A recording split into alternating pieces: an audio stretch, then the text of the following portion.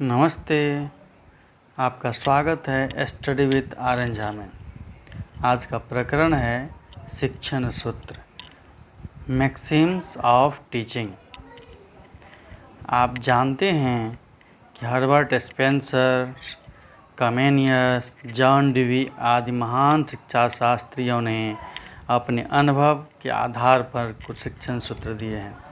वस्तुतः इन सभी शिक्षण सूत्रों का एकत्रीकरण का श्रेय हर्बर्ट स्पेंसर को जाता है।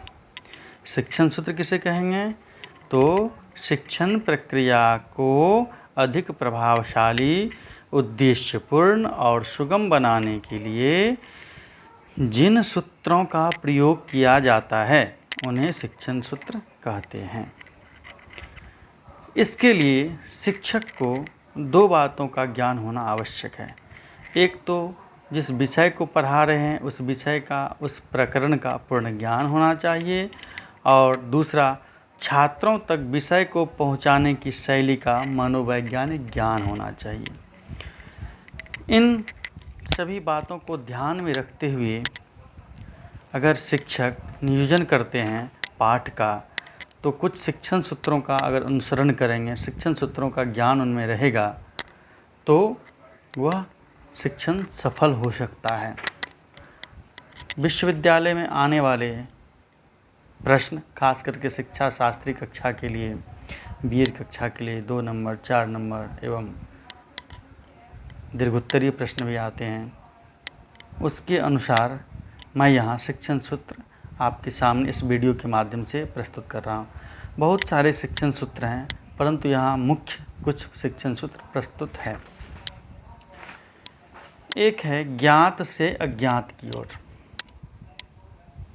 एक है सरल से जटिल की ओर, एक है स्थूल से सूक्ष्म की ओर, एक है प्रत्यक्ष से अप्रत्यक्ष की ओर, एक है पूर्ण से अंश की ओर, एक है विश्लेषण से संश्लेषण की ओर, एक है अनिश्चित से निश्चित की ओर, अनिश्चय से निश्चय की ओर, एक है विशिष्ट से सामान्य की ओर, एक है मनोवैज्ञानिक क्रम से तार्किक क्रम की ओर, और एक है स्वाध्याय का प्रोत्साहन।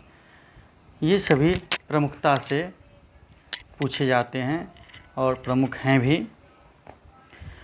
ज्ञात से अज्ञात का क्या अभिप्राय है?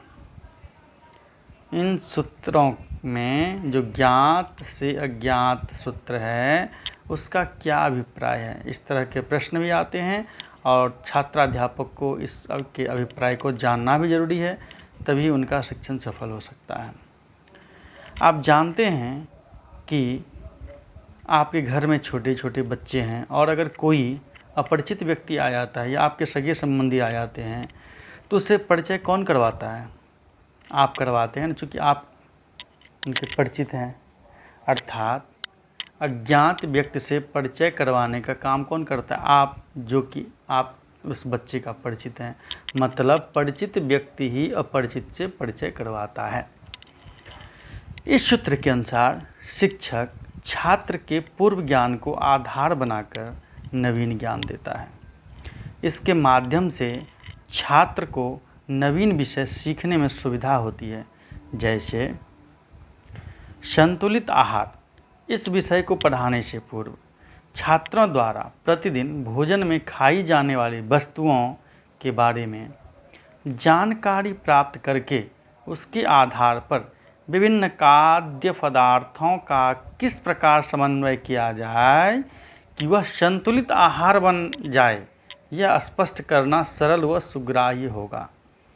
अर्थात जब कभी भी पाठ का नियोजन करते हैं तो पूर्व ज्ञान का परीक्षण करते हैं, जिसको प्रस्तावना कहते हैं। तो प्रस्तावना जब भी बनाए, बेसिकली लोग प्रश्न के माध्यम से ही करते हैं, तो जब भी प्रस्तावना बनाएं, पहले तो प्रस्तावना का नियम है जो आप पहले प्रश्न पूछें उसका जो उत्तर आवे उस उत्तर के अनुसार दूसरा प्रश्न, फिर ऐसे करते करते 3-4 प्रश्न आप करके अंतिम में समस्यात्मक प्रश्न होने चाहिए। तो वो जो प्रस्तावना आप बनाते हैं वो ज्ञात से अज्ञात की ओर ही होनी चाहिए। ये इसका मुख्य अभिप्राय है। आगे की वीडियो में और भी सारे जो शिक्षण सूत्र हैं उनके बारे में चर्चा करेंगे। धन्यवाद।